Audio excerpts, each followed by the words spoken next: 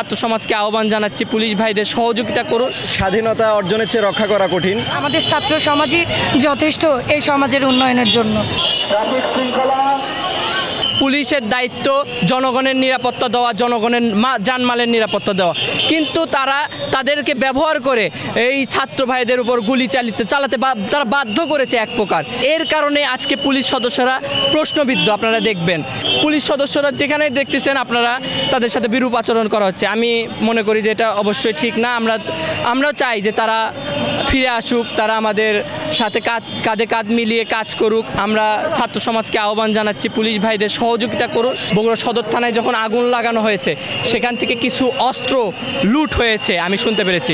যারাই এই অস্ত্র নিয়েছেন আমি মনে করি তাদের সসম্মানে আমাদের বৈষম্য বিরোধী ছাত্র আন্দোলন বগুড়া আমাদের সাথে যোগাযোগ করতে পারেন। সেনাবাহিনীর সাথে কথা হয়েছে, তারা সসম্মানে আমাদেরকে যদি আমাদের কাছে অস্ত্রগুলো হ্যান্ডওভার করে তাহলে আমরা এটি সরকারি সম্পত্তি, সরকারকে দিতে বাধ্য হব। আপনারা জানেন যে আমরা এখন প্রশাসনের একটা বিরাট ঘাটতিতে আছি।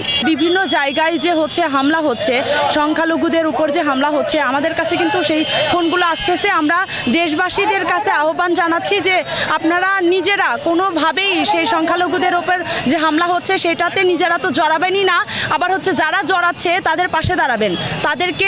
তাদেরকে পাহারা দিয়ে, তাদের যে মন্দির আছে সেগুলোকে পাহারা দিয়ে, তাদের যে ব্যবসা প্রতিষ্ঠান আছে সেগুলোতে আপনারা রুখে দাঁড়ান, তাদেরকে আপনারা প্রতিহত করেন। তরুণ প্রজন্ম যেমন আন্দোলন করে রাজপথে রক্ত দিয়ে দেশকে স্বাধীন করতে পেরেছে, তরুণ প্রজন্ম চাইলে আবার দেশকে একটি সুন্দর স্বাধীন এবং সুন্দর সোনার বাংলায় রূপান্তর করতে পারবে। স্বাধীনতা অর্জনের চেয়ে রক্ষা করা কঠিন, আর আমরা ছাত্ররা এটা ছোট থেকে পড়ে এসেছি।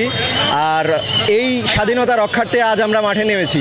আমরা মনে করি যে এই শহরের শৃঙ্খলা, এই শহরের পরিষ্কার পরিচ্ছন্নতা সব কিছু বজায় রাখার দায়িত্ব আমাদের।